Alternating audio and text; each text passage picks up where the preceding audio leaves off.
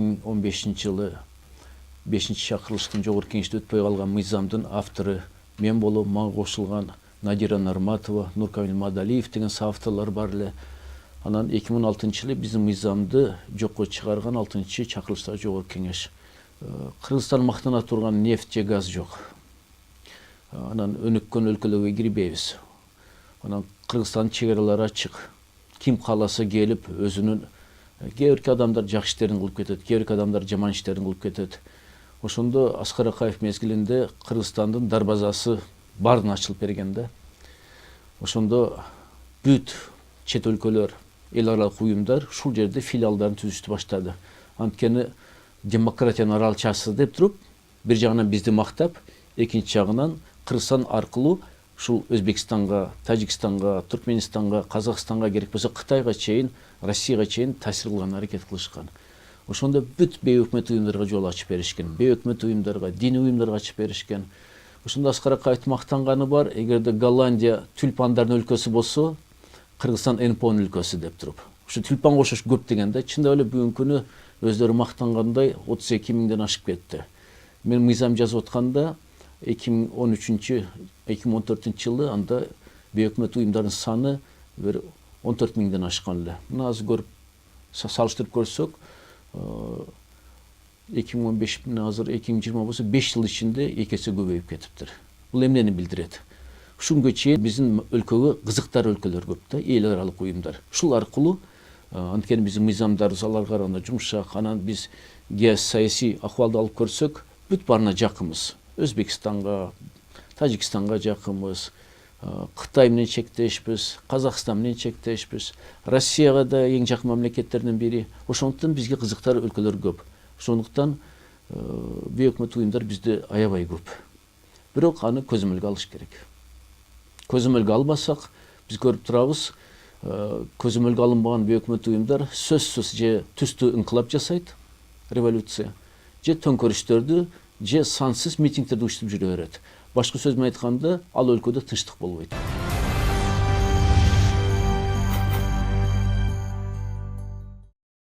Ай бир мамлекет өзүнү коргогону үйрөнүш керек да. Мына мисалы бизге жакын мал Россиянын же өзүбүздүн СССРдин тарыхын алып көрсөк, Владимир Ильич Ленин айткан эле. Эгерде революция өзүн коргой албаса, ал өлкө талкаланат деп туруп. Башка сөз менен айтканда, булар падышаны кулаткандан кийин СССРди түзүп атканда, булар бүт бар жокту көзөмөлгө алышкан. Ошондуктан көзөмөлгө алынган өлкөдө бейөкмөт уюмдар аргасыз же мыйзамга баш ийет, же жабылат. Бизде болсо андай болбойт. Ошондуктан биз өзүбүздү коргоону үйрөнө албай атабыз да. Биз сөзсүз оң жакты, сол жакты, артыбызга, алдыбызга карап жүрөбүз. Ким өйдө бизди кыйкырып коет экен деп туруп. Биз кожоюнбуз өлкөдө. Кыргызстанга кыргыз эли кожоюн. Бийликте өзү эл түптөп атат.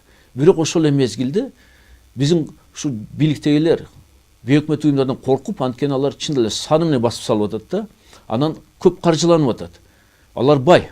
Көп эле мамлекеттик органдарды алып көрсөк, ушу акимияттан, айыл өкмөттөн баштап өкмөткө чейин, алар баардык кедей бейөкмөт уюмдарга караганда.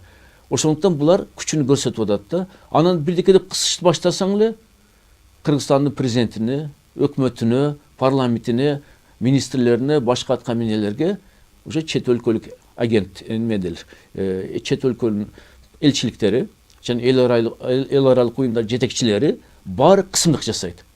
Тийишпе дейт. Ошондон бизге коркуп калышат да. Ошондон көп эле зыян тартып атабыз. Мына мен дайыма тамашалап айтам, жаз келсе башка өлкөлөргө, чабилекелер учуп келсе, жаз келди дейт. Бизде болсо митингдер башталса жаз келди деп эсептейбиз да. Анткени донорлор ошол мезгилде акчаны берет, элди көтөрөт. Ошондуктан бизде ушул бейөкмөт уюмдарды биз бөлүшүбүз керек да. Бизде мына башынан айтып кетейли, şu 32 миңден ашык бейөкмөттөрдүн уюму көпчүлүгү өзүнүн уставы боюнча иштейт. Мисалы майыптардын укугун коргоо керекпи? Керек. Мамлекет жардам бере албай атат. Бейбечараларга, аял кишилерге, жаш балдарга, анан мисалы табиятты коргоо уюмдары ал керек. Бирок ошол эле мезгилде бизде уставында бир нерсени жазып алып, мисалы адам укуктарын коргойбуз деп туруп, анан саясатка аралашып кетип атпайбы? Анда уюмдар бизде ондон ашык бир 20 жакын болот алар. Анан алар мыйзам бузууга да барып атат. Бирдеке дейин десең эле, биз грантты чет өлкөнүн акчаны ушул максатта алганбыз дейт. А уставда андай нерсе жок. Анан кийин эле ар бир шылтоо ойлоп чыгып атпайбы? Биз шайлоону көзөмөлдөшүбүз керек. Биз мисалы жерде административдик реформа өтүшүнү көзөмөлгө алышыбыз керек дейт. Баш сөзүм айтканда, булар адам укуктар өзүнүн чөйрөсүнөн чыгып кетип, саясатташтырылып кетип атат. Биз ошондуктан чет өлкөлүк агент деген статусту ушул өзү бейөкмөт уюм болуп каттоодон өтүп, бирок саясатка аралашып кеткен бейөкмөт уюмдарды белгилеп коюшубуз керек. Анткени элибиз да, мамлекетибиз да билиш керек. Бул жөнөкөй бейөкмөт уюм эмес, бул чет өлкөлүк агент деп туруп. Анткени этият болушубуз керек. Канча акча келип атат, ким берип атат, кайсы максатка берип атат, кайсы максатта иштетилип атат, жана ким иштетип атат ал акчаны. Ошо баары мамлекет көзөмөлүндө болуш керек. Мына мисалы биз эле күнөөлөбөс үчүн айтышыбыз керек. Өткөн кылымда 1938 жылы Америка Кошмо Штаттары ошондой чет өлкөлүк агенттерден коркуп, анткени баары Германиядан коркчу эле, нацисттик Германиядан, Гитлерден коркчу эле. Ошондо да ушу Гитлерден Германиянын бейөкмөт уюмдары Американы каптап кетпесин, анан бизди басып албасын, саясатыны жана саясат баш ийип калбайлы деп туруп, алар ушундай мыйзамды кабыл алган. Аны кыскача айтканда фара деп коет. Ошол мыйзам боюнча Америка Кошмо Штаттарында эң үлгүлүү демократик мамлекетти бейөкмөт уюмдардын баарын көзөмөлгө алган. Эгерде мамлекетке каршы болсо, алар дароо эле чет өлкөлүк агент деп статус берип коет, же аларды жок кылышат, жетекчилерин камайт, же болбосо көзөмөлгө алат ай бир тыйынына. Эми экинчи улуу державаны алып көрөлү. Мейли кайра Кыргызстанды сындаса мындай мыйзам керек эмес деп кайра сындап атпайбы бизди. Бирок дагы бир сверхдержава Орусия, экинчи Америкадан кийин күчтүү мамлекет. Ал да 2012 жылы ушундай мыйзамды кабыл алган. Чет өлкөлүк агенттер боюнча деп. Алар да бүт Россияда чет өлкөлүк бейөкмөт уюмдарды көзөмөлдөп, кээ биркилерини алар ошол мыйзамга такап туруп айтышып атат, сен чет өлкөлүк агентсиң деп статус берип коюп атат. Бул эмне деген? Бул албетте ал бир иш кылып атканда өзүнү аташ керек. Мен баланчы уюм чет өлкөлүк агенттиктин статусум бар деп туруп, өзүнү билдирип туруш керек да. А буну угуп алып туруп биздин бейөкмөт уюмдар таарынышып атпайбы? Агент эсили бизди шпион деп жаман көрөт деп. Туура. А кантип анда сөзүм аташ керек? Мына эми Муктубек Абдулдаев коллега ошондой 5-чакырылышта сунуш берди. Анда кыргызча тынчы деп айтайлы дейт. Чет өлкөлүк тынчылар деп туруп. Ага да каршы болушуп атат. Эми кандай сөздү аташ, колдонуш керек? Ошондуктан болгон нерсени кандай болсо ошону аташ керек.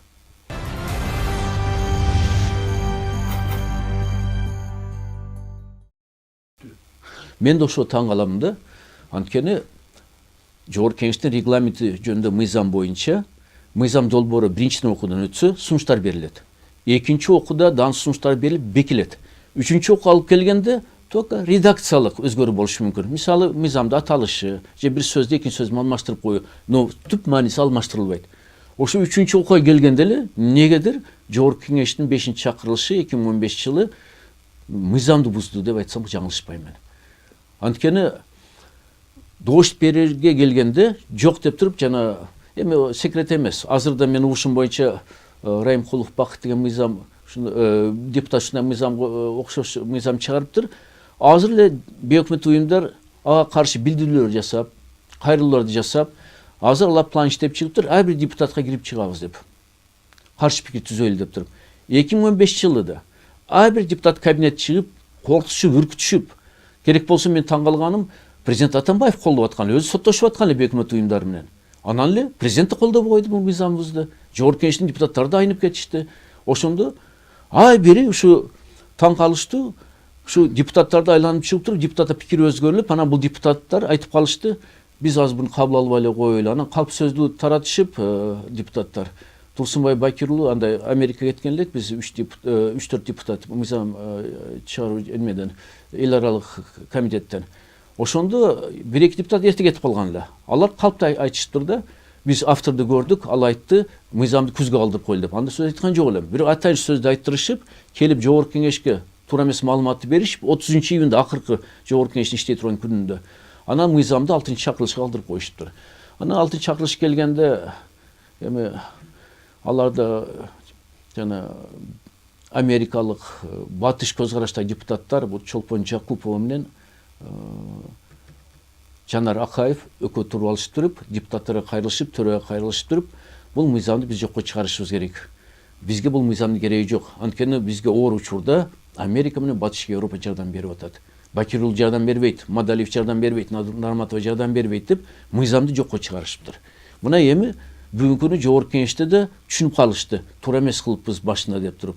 Эми ушу 3-чү окууда добуш берилбей, кийинки жогорку кеңеш өткөрүлүп, анан кийинки жогорку кеңеште четке кагылганы бул ошолордун планы ишке ашты десек болот да. Бул ушул чет өлкөлүк агенттердин планы ишке ашты. Кыргызстан бүгүн ушундай мыйзамга ээ эмес. Мен жана башында айтып кеткендей, эки сверхдержавада, эки чоң ири мамлекетте ушундай мыйзамдар бар. Америка Кошмо Штаттары менен Орусия Федерациясында. Кичинекей Кыргызстанда, чек арасы ачык Кыргызстанда, аскери кичинекей Кыргызстанда бизде жана түстөр революция болуп аткан, митингдер болуп аткан, керек болсо эки жолу кандуу окуялар түштү болгон өлкөдө мындай мыйзам жок. Палаан кылышып атат да. Ошондуктан мен да таң калып атам, эмне үчүн 3-чү окууда бул мыйзамыбыз өтпөй калды деп.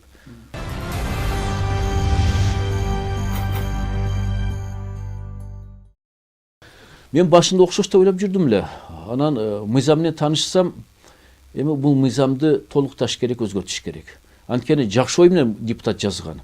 Бирок түпкү максатына бул мыйзам жете албайт. Анткени ал жөн эле жазып коюптур, грант алган бейөкмөт уюмдар жылына өзүнүн отчетун берип туруш керек деп туруп. Бул аздык кылат. Биз жанагындай статусту беришибиз керек. Жөн эле отчетту бере беришет алар. Бирок жанагындай чет өлкөлүк агент деген статусту киргизишибиз керек. Анткени ооба, Кыргызстан мамлекетте берип атат кээде акчаларды. Банктардан акча алышып атат бейөкмөт уюмдар. Но чет өлкөдөн расмий түрдө каржыланган бейөкмөттөр акчаны алгандан кийин алар ошонун баарына отчетту бериш керек. Ошол конкреттүү мыйзамда жазылыш керек. Бергенде да отчетту ай бир тыйынга чейин жазыш керек. Мына мисалы, мен бир бейөкмөттүн төрагасымын. Мен ушул жетекчилерге ушунча эмгек майына коюп бердим деп жазышым керек. Анан отчетун беришим керек.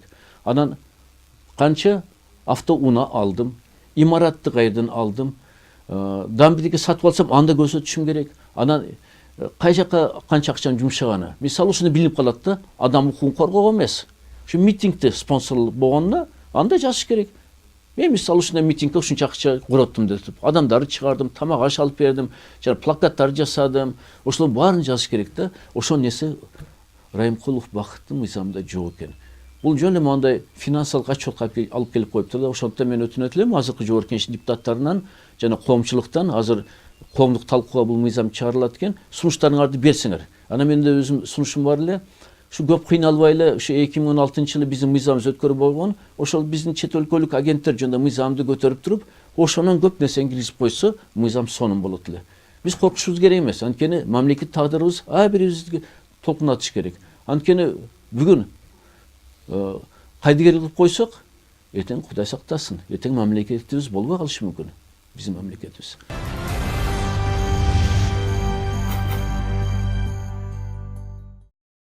Бейөкмөт уюмдарды күчтүү. Алар азыр көрүп атабыз го, өз күчүнө президентке, өкмөткө, парламентке көрсөтүп атат. Көчөгө элдерди алып чыгып. Ошон үчүн биз аташыбыз керек. Кайсы уюм канча акча алып атат. Бул жерде мен 2015-жылы өзүм мыйзам жазып атканымда көп маалыматтарды топтодум эле. Ошолорго кошумча жаңы маалыматтарды топтодум. Анан мындай дело номер гезиттерге да мындай чыгып атат макалалар. Мына керек болсо кыргыз-тажик чек арасына чейин ушундай провокация кылып атат ушул акчаларга деп туруп. Бул жерде элчиликтер көрсөтүлгөн, эл аралык уюмдар көрсөтүлгөн. Бул жерде мен сөз айтып кетишим керек. Мына тоготпой жүрүп Гонконгдо. Гонконгду эми 96-жылы Кытайга кайтарган Улуу Англия, Улуу Британия. Ошондон бери тынч эле жашап аткан өлкө былтыр январдан баштап митинг бир шаарга айланды да. Январда башталып апрель айында күчөйдү. Эмнеге десек, Американын жана Национальный фонд поддержки демократиясы бар. Ошонун түз тиешеси менен акча бөлүнүп, Гонконгдо эл көтөрүлүшкө чыгып атат. Мына Гилеген Кытай бул 3-чү мамлекет. Мен жана Америка менен Русияны айтып кеттим, Кытайды алып көрөлү. Кытайда эмне кылышын билбей шашчысы кетип калды. Анткени акчаны бөлүп атат. Америка Кошмо Штаттары, Европа бөлүп атат ал жакта акчаны. Ошон үчүн апрелге келгенде, январда башталса, февраль, март, апрель 3 айда митингдер бүт Гонконгду ээлеп тур. Бүгүн өкмөт уже не кылышын билбей калды. Ошол эле Синьцзян уйгур автономиялык районунда алып көрөлү. Ал жака да ушунча акча ташталып атат. Бул ойлобосун биздикилер, Америка мусулмандарды коргоп атат деп. Эгерде мусулмандарды коркпосо, эч качан Палестинаны кордук кылбайт эле. Иракка кол салбайт эле, Ливияга кол салбайт эле. Ирандыга мындай коркутпайт эле. Ошон үчүн бул алданышыбыз керек эмес. Америка Кошмо Штаттарын жана Батыш Европанын кызыкчылыгы башкада. Өзүнүн оппоненттери, конкуренттери жок кылып, өзү дүйнөнү башкаруу. Ошон үчүн Орусияга да каршы, Кытайга да каршы, бизге окшош майда мамлекеттерди көзгө да эми илинет алар, тоготпойт да анча. Бирок ушулардан баштап талкуулайбыз дейишип атат да алар. Ошондуктан Гонконгдун мисалы, Синьцзяндын мисалы, жана мына эмебизге келсек, мына карап көрүңүз канча акча бөлүнүп атат. Былтыр мына баарыга белгилүү жашырын дипломатиялык жүк келген Кыргызстанга. Аны эч ким андай текшерген акысы жок, анткени мыйзам боюнча дипломатиялык жүк текшерүүгө алынбайт.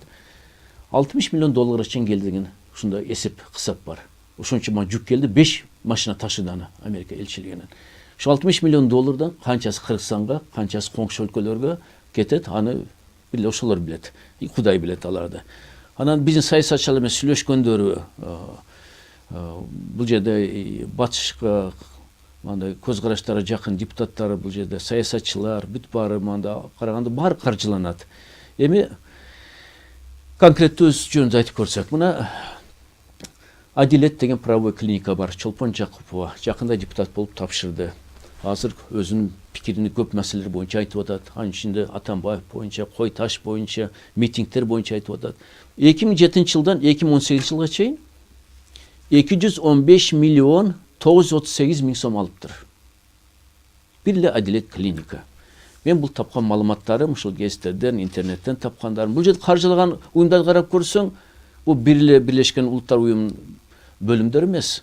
Бул жерде мына Даниянын чиркөөлөрүнүн жардамы турат. Биз мусулман өлкөбүз, Даниянын чиркөөсү эмне үчүн бизге мындай жардам берет? Ошол эле мезгилде бул жерде Британиянын жана Франциянын уюмдары, Англиянын элчилиги, анан дагы бир диний уюм, протестанттык центр деп коет бул. Кайра эле биз мусулман өлкөбүз, эмне кылат булар акчаны бизге берип, мындай биздин уюмдарга? Эми жакшы максат менен колдонсом мейли, но спонсорлорго карап турсам, бул жерде албетте шек санайсың экен да. Бул бир эле Адилет боюнча. Же болосо мына мен тапкан маалыматтар боюнча Коалиция за демократию и гражданское общество дейт. Буну Динара Шрахунова башкарат. Ошол эле мезгилде азыр Чынара Жакупованын алган акчасын айттык 11 жылда. Эми ошол 2007 жылдан баштап 2018 жылга чейин ушул мен атаган Коалиция за демократию и гражданское общество деген Динара Шрахунованын уюмун алсак, бул 341 миллион сом, 219 миң сом алыптыр. Даже Чолпон Жакупов барганда бул көбүрөөк миллион акча алыптыр. 2007-2018. Менде ушу маалыматтар эми 2019 менде жок. Аны кошсок, ошо чачтик тураттыр. Ошол эле мезгилде ушул эле коалиция бул сомдо алынган акчасы. Эми доллар менен еврону алып көрсөк, бир 2016 жылы, бир эле жылда 800 миң доллар Америка Кошмо Штаттарынын долларын алыптыр акчасына. 800 миң доллар. Эми сомго айлантырып көрүңүз буну. Жана 40 миң евро алыптыр. Бул ошо айтып атпайм, бул эки уюмдун акчалары уже канча миллион сом болуп кетти. Эми дагы бир белгилүү биздин укук коргоочуларды алып көрөлү. Ушу Алмаз Атамбаев менен соттошуп аткан, анан кийин тил табышып алган. Кылмышамы Айза Абдрасулова.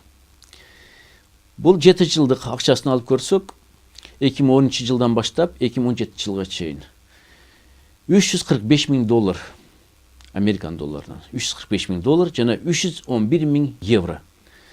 Анан бул жерде негизги акча берип аткан уюм Сорос Кыргызстан фонду. Жана ошол эле жана Гонконгдо чыр-чатакка акча бөлүп аткан Американын национальный фонд поддержкасы. Ал да 44 миң доллар бериптир. Анан 2017 жылы 2 миллион 90 миң сом ушул уюмга бериптир.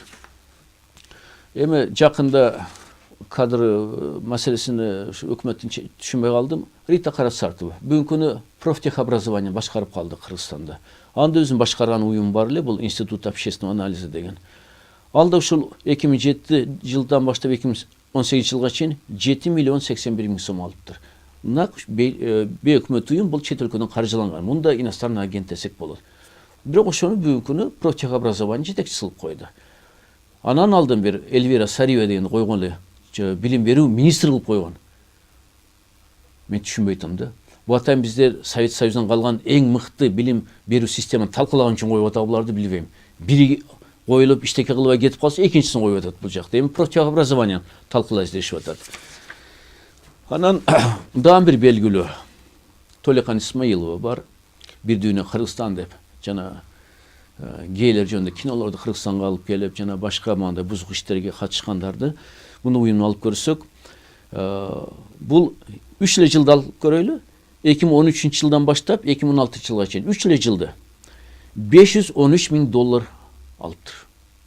$513 миң, бул $5,5 миллион ашык. Ай, буну сомого өтүп көргүлө эми. Мен айтпай эле коеюн. Айтам, баарын чачып турат. Буну спонсорлордун арасында да ошол Франциядан католикалык уюмдарга жардам деген. Кыргызстанда католиктер мен билем бар, алар аз эле. Бир чиркөөсү бар ма, пригородный совхозду. Но алды каржылайт экен. Каржылаганда бир эле ошо франциялык ошо католикалык жардам деген $135 миң бериптир. Католиктер берсе миллионер болуп кетпейби? Алар жок, алар башка максатта берип атат буякта. Ушундай ай бир алынган акча боюнча шек санасак болот да. Эми бул бейөкмөт уюмдар жөнүндө. Анан эң кызыгы силердин коллегаңарды колдогонго. Мына мен таң калам, ушу кыргыз гезиттерге, кыргыз телевиденияларга мен дайыма ушу боорум ачыйт, анткени кыйын учурда иштейт да булар. Анан колдоо да жок, же мамлекет колдобойт, же чет өлкөдөн колдоо жок. Бирок ошонун ичинде кээ Америка, Европа колдогон уюмдар да бар. Клуб KG. Мына бул түз чет өлкөдөн колдогондор бул жерде Internews Network деген уюмдан каржыланат. Американ элчилиги, Human Rights Watch жана булардын журналисттери тынымсыз Америка каттап жүрөт. Америка барыш билет эле канча $1,000 турат, гостиницасында ушу проездной, анда мында нелер берилет. Next TV бул да силердин коллегаңар, тележурналисттер. Буну билебиз эми азыркы абакта жаткан Равшан Жээнбековдун телевидениясы болуп эсептелет. Бул ошол Национальная поддержка демократии Американын тарабынан каржыланат, Интерньюз тарабынан, фонд Сорос жана түз Америка Кошмо Штаттарынын мамлекеттик департамент тарабынан каржыланат. Бул биткеле мен чолкан маалыматымды айттым да. Кудай буйруса, эгерде бул мыйзам жоопкерчиликте талкууланса, мени чакырса, мен ушу маалыматтарды так айтып берет элем депутаттарга.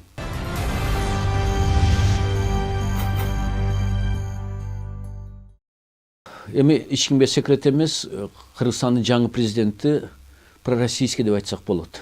Анткени Россия менен мамилеси жакшы, Путин менен мамилеси жакшы. Биз Евразеске кирдик, ага чейин биз меделек ОДКБ киргенбиз, МПА деген уюмдарга киргенбиз. Өкмөттөрүбүздө ошондой өздөрүнүн уюму бар, депутаттардын өздөрүнүн ушундай уюмдары бар. Керек болсо соттордун да ушу бирлешкен СНГ территориясы уюмдары бар. Шанхай жана уюмуна киргенбиз. Албетте бул батыш жактын кыжырына тиет. А батыштын түз агенттери бул биздеги бейөкмөт уюмдар жана саясатчылар. Албетте ошол батыш жак кызыктар. Бүгүнкү күнү да мына акча көбөйүп келип атат. Ошондуктан бүгүнкү күнү дайрыкты башташтылар. Эгерде мамлекет чара көрүп ушу мыйзамды жана Бакыт Райымкулов депутаттын мыйзамын биздин сунуштар менен толуктап кабыл албаса, эртең биз көзөмөлгө ала албай калабыз. Эртең акча, өтө эле көп акча митингге сарпталат. Эл биз билебиз. 2 жол бизде төңкөрүш болгон. 2005 жана 2010 жылы. Революцияга тилим барбайт, анткени революциядан кийин мамлекет өзгөрүш керек эле жакшы жакка. Мына улуу октябрь революциядай. Бизде төңкөрүштөр болуп атат. Төңкөрүш жасаганда да ошо президент айланасы төңкөрүш жасап атат. Акаевдин айланасы төңкөрүш жасап өздөрү келди бийликке. Бакиевдин айланасы төңкөрүш жасап өзү келди. Ошондуктан бизде моундай революция деген сөз чыныгы болгон жок да, ишке ашкан жок ал нерсе. Ошондуктан ошол төңкөрүштөргө даярдык көрүлүп атат десем мен жаңылышпайм.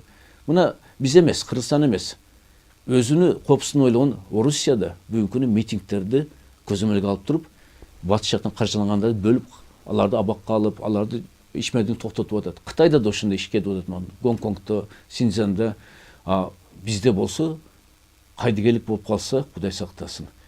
Анткени мына эки төңкөрүштү анализдеп көрсөк, эми 10 миңдей адам чыкты, ашып кетсе, Ак үйдүн жанына. Ошондо мына каржылаган акчаларды алып көрсөк, менин угушум боюнча азыр митингдер уюштурулуп атса, мурда 200 сом, 500 сомго чыкса, бүгүн ал акчага чыкпай калыптыр адамдар. Бүгүн 1000 сомго чыгышып атыр митингдерге. Кыргызстан көз карандысына алганда биз Эрк партиясы бүт митингтерди, ачкачылыктарды жарыялагандар боюнча биз алдыңкы күч элек. Азыркы митингтерди салыштырып көрсөк, бүгүнкүнү идея чыккандар почти жок. Эми Садыр Жапаров жөнүндө чыгып атат митингтерге, аны угуп атам акчасыз. Калган митингтерди мен билем, что заранее даярдык кылышып, репетиция кылышып, акчаларга жана ар бир нерсени жасап, төлөп чыгышып атат. Ошол нерсе даярдык көрүлүп атат. Эгерде бүгүнкү күнү биз туруштук бербесек, жазында чын эле митингдер өтө эле коркунучтуу болуп калат. Азырдан баштап көзөмөлгө алышыбыз керек. Өзү коопсуздук ойлобосок, ким ойлойт бизди? Кыргызстан кимге керек башка? Башка өлкөлөргө керек эмес, өзгө керекпиз биз.